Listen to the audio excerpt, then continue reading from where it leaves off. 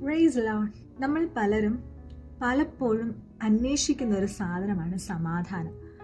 നമ്മുടെ തിരക്കുകളുള്ള ദിവസത്തിൽ സ്ട്രെസ്ഡ് ആയിട്ടിരിക്കുമ്പം ഒക്കെ നമ്മൾ പറയും എനിക്ക് സമാധാനമായിട്ടൊന്ന് ഉറങ്ങിയാൽ മതി, അല്ലെങ്കിൽ മറ്റു ചിലർ പറയും എനിക്കെല്ലാം ഉണ്ട് എന്നാൽ സമാധാനമില്ല. ഇപ്പം നമ്മളെല്ലാവരും സമാധാനത്തെ അന്വേഷിച്ചുകൊണ്ടിരിക്കുകയാണ് അല്ലേ? എന്നാൽ സമാധാനം നമ്മൾക്ക് എവിടെ നിന്ന് കിട്ടും? ദൈവത്തിൻ്റെ വചനം എന്താണ് പറയുന്നതെന്ന് നോക്കിയാലോ.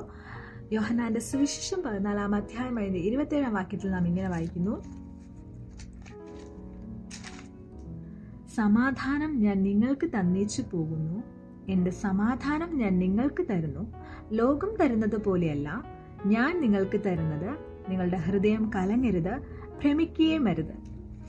നമ്മുടെ ഹൃദയം ഭ്രമിക്കുകയും അരുത്, കലങ്ങുകയും അരുത്. എത്ര വലിയ പ്രശ്നം ആയിക്കോട്ടെ, അല്ലെങ്കിൽ എത്ര വലിയ സ്ട്രെസ്സിൽ കൂടിയാണ് നീ കടന്നു പോകുന്നതെങ്കിലും കുറച്ച് സമയം നീ ദൈവസന്നിധിയിൽ ചെലവഴിക്കുകയാണെങ്കിൽ ദൈവത്തിൻ്റെ സമാധാനം നിങ്ങളിലേക്ക് പകർന്നു തരും.